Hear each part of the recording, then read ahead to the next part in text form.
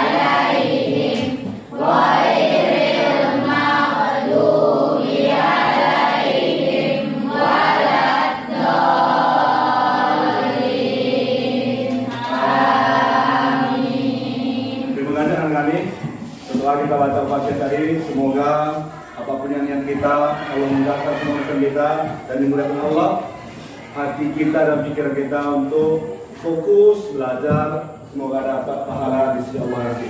Amin. Baiklah anak kami, untuk kita memulai pelajaran kita pada hari ini, akan kita cek dulu kehadiran. Apakah anak kami ada yang libur ataupun ada yang tidak?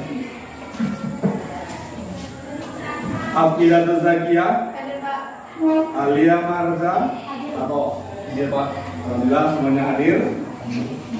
Baiklah kami. Minggu kemarin kita telah belajar tentang masalah berpikir kritis dan mencintai ilmu teknologi.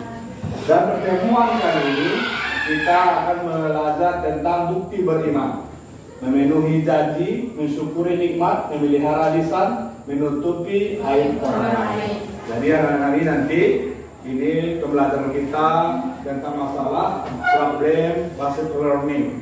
Maka daripada itu nanti kita akan berbagi kelompok dan anak-anak kami untuk mencari inti permasalahan yang ada kita tampilkan nanti.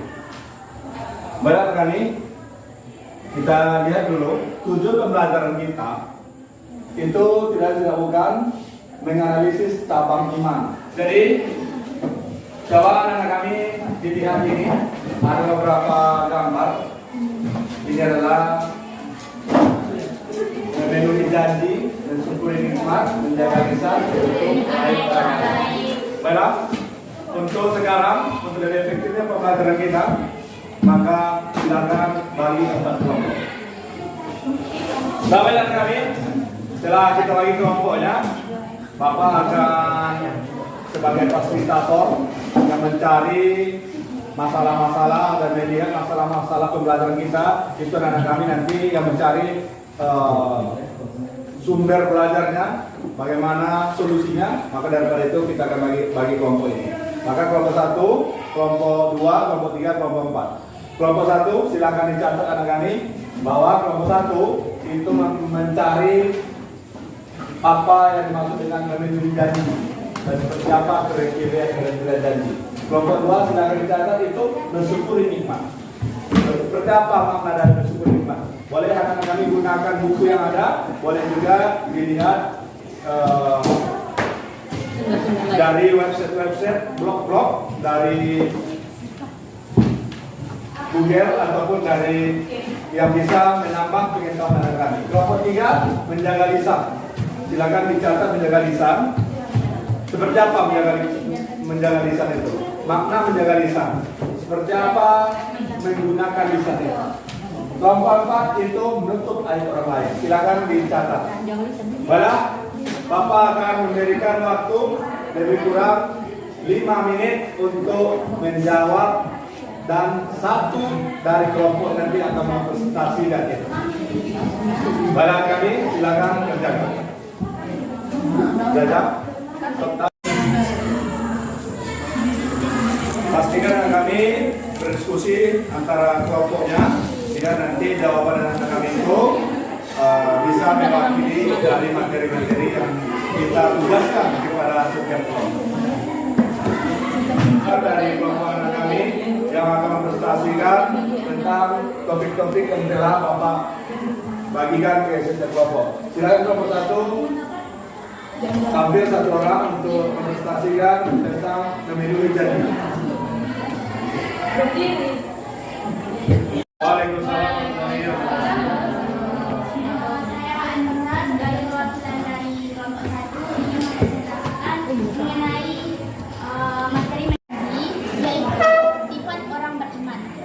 Janji adalah hutang, sedangkan hutang harus ditunaikan.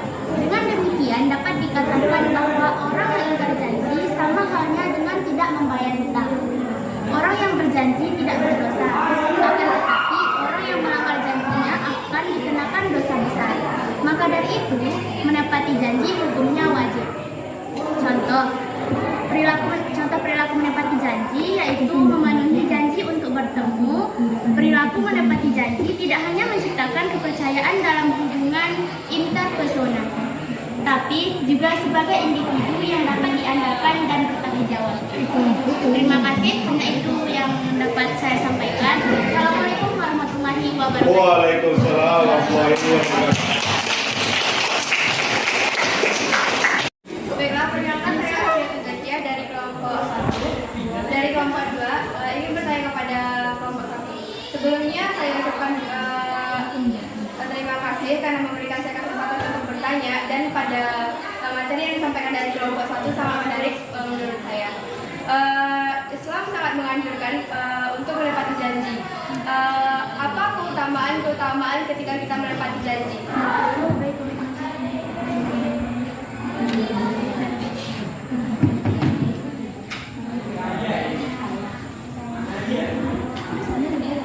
Assalamualaikum warahmatullahi wabarakatuh.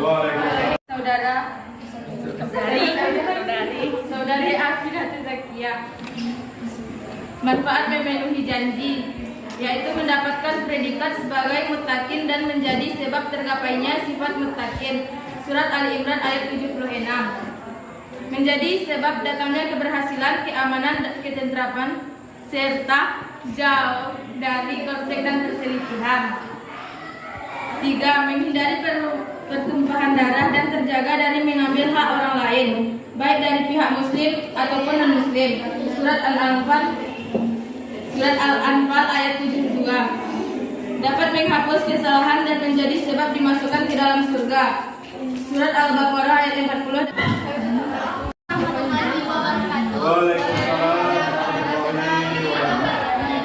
Terima kasih sudah memberikan pertanyaannya kepada kelompok kami.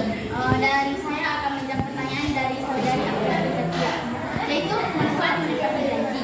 Yang pertama, mendapatkan predikat sebagai muttaqin dan menjadi sebab tergapainya sifat muttaqin, yaitu terdapat dalam Quran surah Al-Imran ayat 76. Yang kedua, menjadi sebab datangnya keberhasilan, keamanan dan ketentraman serta jauh dari konflik dan persalinan.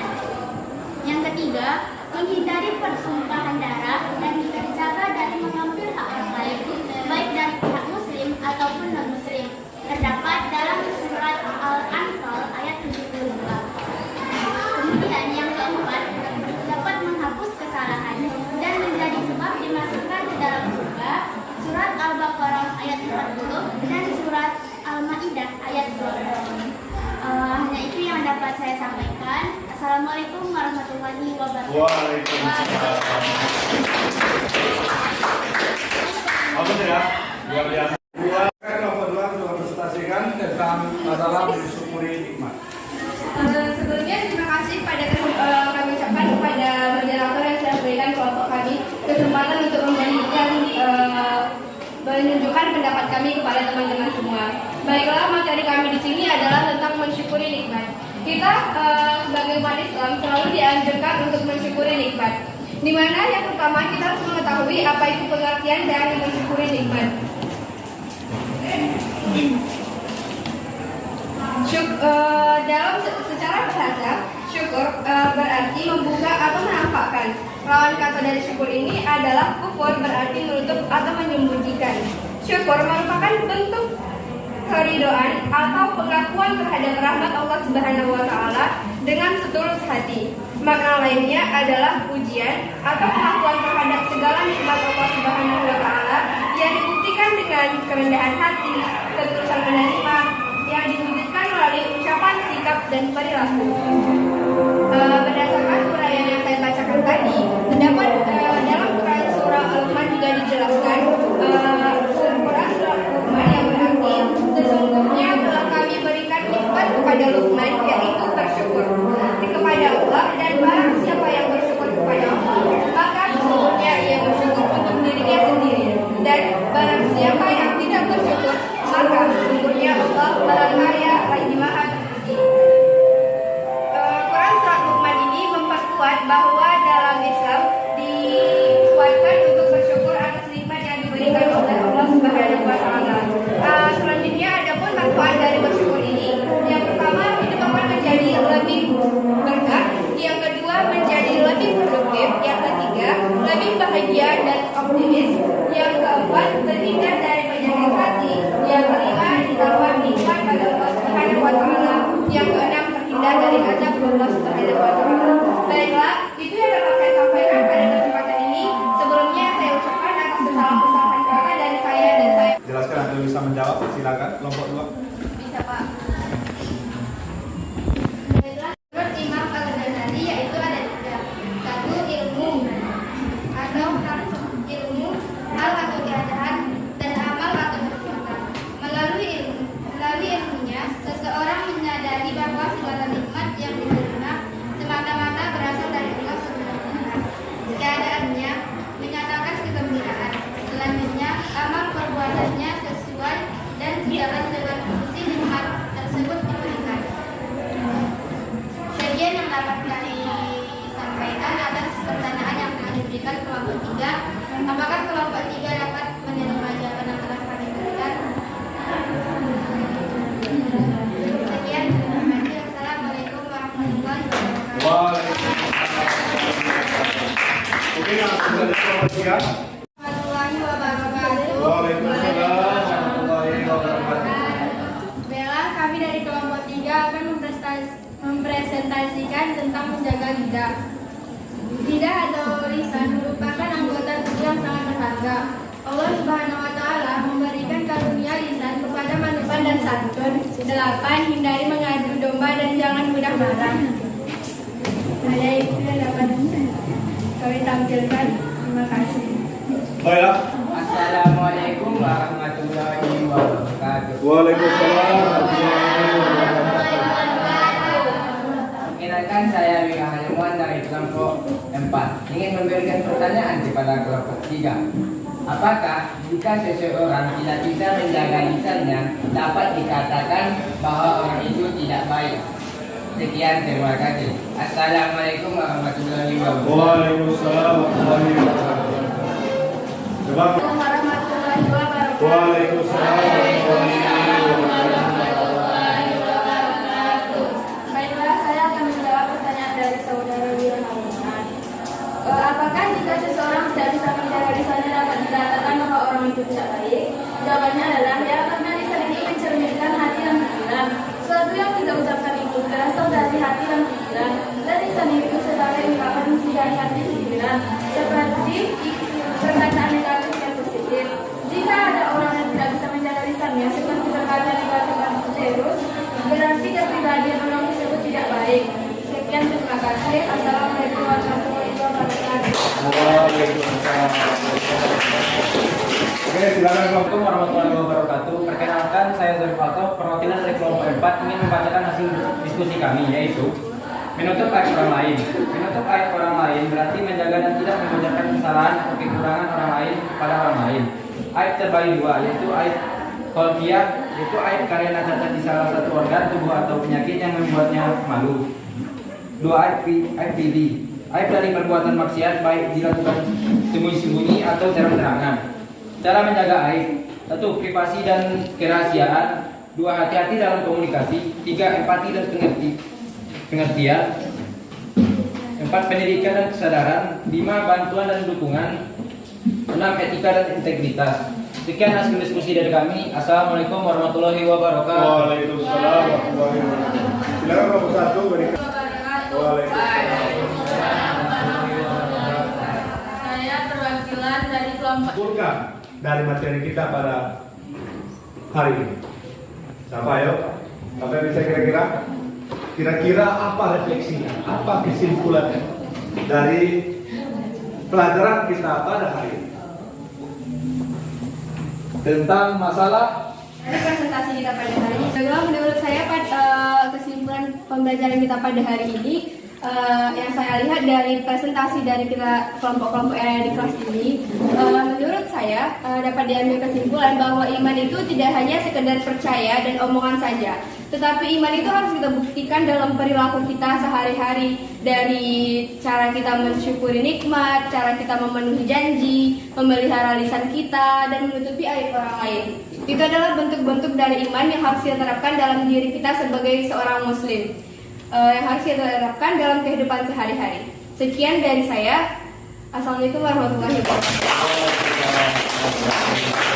luar biasa pembelajaran kita pada hari ini. Setelah engkau kufur atas nikmat yang telah diberikan oleh Allah, maka Allah akan memberikan azab yang sangat pedih. Intinya apa kami? Dengan hal yang kecil kita syukuri apa yang diberikan oleh Allah, yakinlah kita akan ditambah nikmat-nikmat itu. Nikmat mata, Allah berikan kepada kita nikmat mata, maka pergunakan kepada yang baik. Nikmat telinga, Allah berikan pendengaran yang luar biasa, maka pendengarkan ke yang baik. Apapun dari anggota tubuh kita ini adalah suatu nikmat yang telah diberikan oleh Allah. Jangan sempat nikmat yang diberikan oleh Allah ke kita lalai daripada Allah. Ada orang yang diberi Allah nikmat, tapi dia sama lupa pada Allah. Berarti itu namanya istidrak. Hati-hati anak kami, ketika Allah berikan nikmat, tapi nikmat itu membuat dia lalai, berarti itu adalah istidrak. Bahaya. Allah berikan kamu handphone, Allah berikan kamu rumah, Allah berikan kamu kendaraan sepeda motor, Allah berikan semuanya, tapi itu membuat kamu lalai, maka yakinkan bahwa itu adalah istidrak. Selanjutnya ada melihara lisan. Lisan itu sangat tajam, lebih tajam daripada mata pedang. Lisan itu sangat menyakitkan. Luka tidak akan nampak, tapi luka lisan itu menginai dalam hati. Maka hati-hati. Ketika ucapan itu rasa yang tidak ingin diucapkan orang lain kepada kita, maka jangan diucapkan. Berarti itu pun tidak bagus kita ucapkan. Merendahkan orang, menghinakan orang, menjatuhkan orang lain, itu tidak bagus.